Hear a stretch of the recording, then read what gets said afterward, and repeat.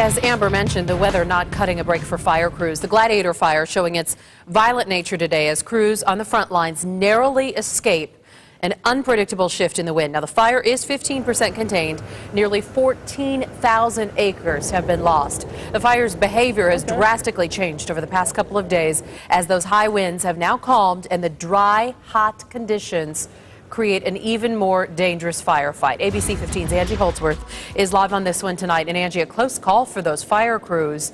It's a reminder that they're putting their lives on the line every single day that they're out there for us. Yeah, absolutely. Definitely a very reminder that hits very close to home. And, you know, they just did not have any injuries, but what happened is they had to kind of leave some of their gear behind and get out of there fast. That's when the winds shifted and pushed the fire right back towards them. Now, this fire is still raging on the front lines. This video is some of the most recent video from those front lines. You might say that the fire is now more terrain-driven than it is wind-driven, which creates for some of those unpredictable wind shifts. At a community meeting today, fire officials ended up actually training some of the evacuees in some tools that they can use, like Google Earth, to help them track the satellite imagery and also the pictures to give them an idea of how this path of this fire is actually going. For many of the evacuees, it was the first glimpse of their home since they left days ago, and they're cautiously optimistic.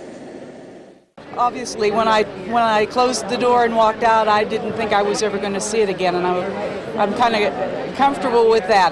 That's the way I want it to be until I walk back and see it.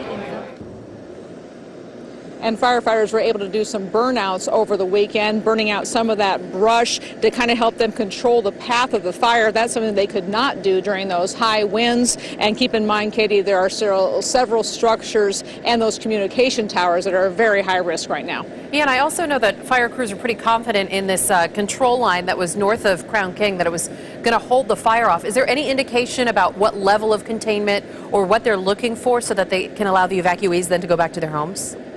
Well, obviously, we're always encouraged to see a little bit higher level of containment, but they still have some work to do on the western side of the fire. We saw how volatile it was tonight, so it still could be some time before this fire is safe enough for people to go back home. And I know when you consider the percentage of the fire contained, there's not really a magic number in any of this. They're just hoping the situation is safe enough so that we can let folks back in. And I know you will keep us posted on that. Stay safe, Angie.